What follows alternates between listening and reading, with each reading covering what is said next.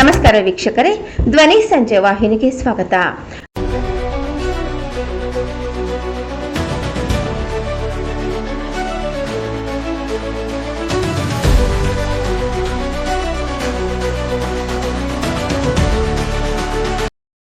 ನಮಃ ಶ್ರೀಮದಾನಂದ ತೀರ್ಥ ಭಗವತ್ಪಾದಾಚಾರ್ಯ ಗುರುಭ್ಯೋ ನಮಃ. ಹರಿ ಓಂ.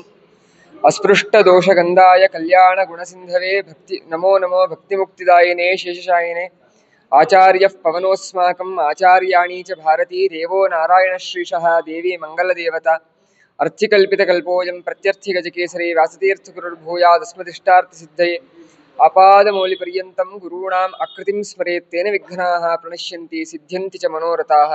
ಹರಿ ಓಂ ಹರಿ ಓಂ ಹರಿ ಓಂ.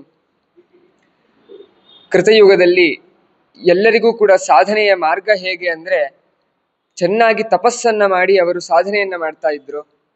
ತ್ರೇತಾಯುಗದಲ್ಲಾದರೂ ಯಜ್ಞ ಯಾಗಾದಿಗಳಿಂದ ಭಗವಂತನನ್ನ ಪ್ರೀತಿಗೊಳಿಸ್ತಿದ್ರು.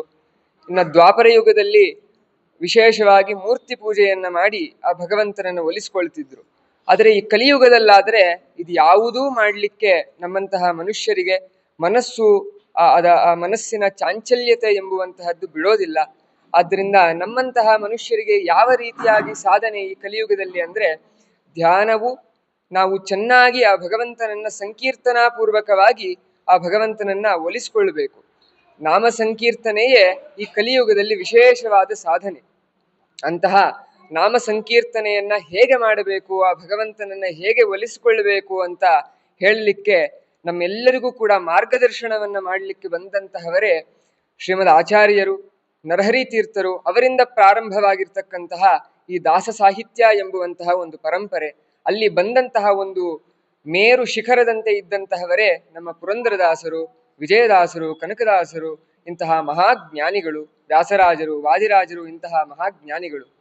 ಇವರು ತಾವೇ ಸ್ವತಃ ಭಗವಂತನನ್ನ ಕಂಡು ತಾವು ಹೇಗೆ ಭಗವಂತನನ್ನ ಕಂಡರು ಹಾಗೆ ಹೇಗೆ ನಾವೆಲ್ಲರೂ ಭಗವಂತನನ್ನ ಕಾಣಬೇಕು ಅಂತ ಮಾರ್ಗದರ್ಶನವನ್ನ ಮಾಡಿಕೊಟ್ಟಂಥದ್ದೇ ಈ ದಾಸ ಸಾಹಿತ್ಯ ಎಂಬುವಂತಹದ್ದು. ಅಂತಹ ದಾಸ ಸಾಹಿತ್ಯ ವ್ಯಾಸರ ಸಾಹಿತ್ಯ. ಎಲ್ಲ ಪುರಾಣಗಳು, ಎಲ್ಲ ವೇದಗಳು, ಇದೆಲ್ಲದರ ಒಂದು ಸಾರಬೃಂಹಿತವಾಗಿ ಇರ್ತಕ್ಕಂತಹದ್ದೇ ವ್ಯಾಸ ಸಾಹಿತ್ಯದ ಸಾರಬೃಂಹಿತವಾಗಿ ಇರ್ತಕ್ಕಂಥದ್ದೇ ಈ ದಾಸ ಸಾಹಿತ್ಯ ಎಂಬುವಂತಹದ್ದು. ಆ ವ್ಯಾಸರು ತಮ್ಮ ಕ್ಲಿಷ್ಟಕರವಾದ ಸಂಸ್ಕೃತ ವಾಣಿಯಲ್ಲಿ ಹೇಳಿದ್ದಂಥದ್ದನ್ನೇ ಕನ್ನಡದಲ್ಲಿ ವಿಶೇಷವಾಗಿ ಎಲ್ಲ ಜನಗಳಿಗೂ ಅರ್ಥವಾಗುವಂತೆ ಸಮಾಧಿ ಭಾಷೆಯಲ್ಲಿ ತಾವು ನಮಗೆಲ್ಲರಿಗೂ ಉಪದೇಶವನ್ನ ಮಾಡಿರುವಂತಹದ್ದೇ ಈ ದಾಸ ಸಾಹಿತ್ಯ.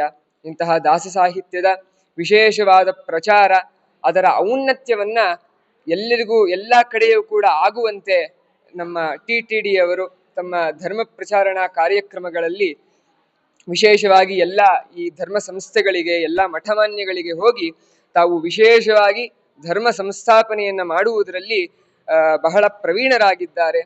ಅಂತಹ TTD ಅವರು ಈ ಬಾರಿ ನಮ್ಮ ಮಠದಲ್ಲಿ, ನಮ್ಮ ಶ್ರೀಮಠದಲ್ಲಿ ವ್ಯಾಸರಾಜ ಮಠ ಸುಬ್ರಹ್ಮಣ್ಯ ನಗರ ಒಂದು ಕಕ್ಷೆಯಲ್ಲಿ ಇಲ್ಲಿ ಮಾಡ್ತಾ ಇದ್ದಾರೆ. ಈ ಒಂದು ಉಪನ್ಯಾಸ ಸರಣಿ, ಅದೇ ರೀತಿಯಾಗಿ ಒಂದು ಗಾನ ಲಹರಿ ಎಂಬುವಂತಹದ್ದನ್ನ ಇಲ್ಲಿ ಮಾಡ್ತಾ ಇದ್ದಾರೆ. ಅಂತಹ ಇಲ್ಲಿ ವಿಶೇಷವಾಗಿ ಬಹಳ ಭಜನಾ ಮಂಡಳಿಗಳಿಗೆ ಇಲ್ಲಿ ಒಂದು ಅವಕಾಶ ಎಂಬುವಂತಹದ್ದು ಸಿಗ್ತಾ ಇದೆ. ಈ ಭಜನಾ ಮಂಡಳಿ ಎಂಬುವಂತಹದ್ದು ಈ ನಮ್ಮ ತಿರುಪತಿ ದೇವಸ್ಥಾನದ್ದೇ ಒಂದು ವಿಶೇಷವಾದ ಅವರದ್ದೇ ಆದ ಒಂದು ಯೋಚನೆ ಇದು. ಯಾಕಂದ್ರೆ ಬಹಳ ಜನ ಭಜನಾ ಮಂಡಳಿಗಳಲ್ಲಿ ತಾವು ಭಾಗವಹಿಸಿ ಅನ್ಯರಿಗೂ ಕೂಡ ಭಾಗವಹಿಸುವಂತೆ ಮಾಡಿ ಎಲ್ಲರನ್ನೂ ಕೂಡ ಆ ಪರಮಾತ್ಮನ ನಾಮ ಸುಧೆಯಲ್ಲಿ ಮಜ್ಜನಿತರನ್ನಾಗಿ ಮಾಡಿಸ್ತಾ ಇದ್ದಾರೆ. ಯಾಕಂದ್ರೆ ಭಗವಂತನನ್ನ ಸದಾ ಕಾಲದಲ್ಲಿ ಕೀರ್ತನೆಯನ್ನ ಮಾಡ್ತಾ ಇರಬೇಕು. ಅದಕ್ಕೆ ಪೂರಕವಾಗಿ